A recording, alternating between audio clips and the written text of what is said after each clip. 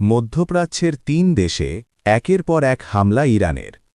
মধ্যপ্রাচ্যের ৩ দেশ সংযুক্ত আরব আমিরাত, বাহরাইন এবং কুয়েতে অবস্থিত ৩টি মার্কিন সামরিক ঘাঁটিতে কয়েক দফায় হামলা চালানোর দাবি জানিয়েছে ইরান। শনিবার ইরানের নৌবাহিনী ওই অঞ্চলে মার্কিন ঘাঁটি লক্ষ্য করে এসব হামলা চালিয়েছে বলে দাবি করেছে।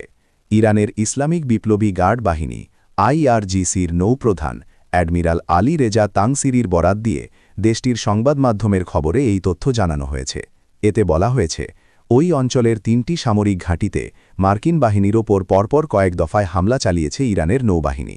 আবুধাবির আল ধাফরা, কুয়েতের আল আদিরি এবং বাহরাইনের শেখ ইসা ঘাঁটিতে ওই হামলা চালানো হয়েছে বলে জানিয়েছেন তিনি।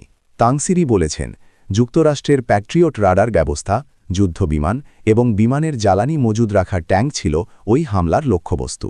এদিকে ইরানের খারক দ্বীপে মার্কিন সামরিক বাহিনীর হামলার পর সংযুক্ত আরব আমিরাতে অবস্থিত যুক্তরাষ্ট্রের সব গোপন আস্থানাকে বৈধ লক্ষ্যবস্তুতে পরিণত করার হুমকি দিয়েছে ইসলামিক বিপ্লবী গার্ড বাহিনী IRGC।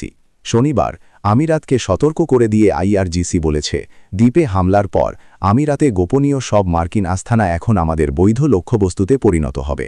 এক বিবৃতিতে IRGC বলেছে, ইরানের জাতীয় সার্বভৌমত্ব এবং ভূখণ্ড রক্ষার বৈধ অধিকার হিসেবে সংযুক্ত আরব আমিরাতের বিভিন্ন শহরে আশ্রয় নেওয়া মার্কিন শত্রু, তাদের ক্ষেপণাস্ত্রের উৎসস্থল, ব্যবহার করা বন্দর ও ডক এবং মার্কিন সৈন্যদের আস্থানাগুলোকে লক্ষ্যবস্তু করবে IRGC।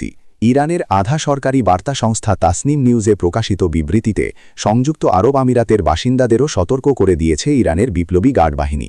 একই সঙ্গে আমিরাতের জনবহুল সব এলাকায় সম্ভাব্য ক্ষতি এড়াতে বন্দর, ডক এবং মার্কিন সামরিক স্থাপনা থেকে নিরাপদ দূরত্বে সরে যাওয়ার জন্য বাসিন্দাদের আহ্বান জানিয়েছে IRGC।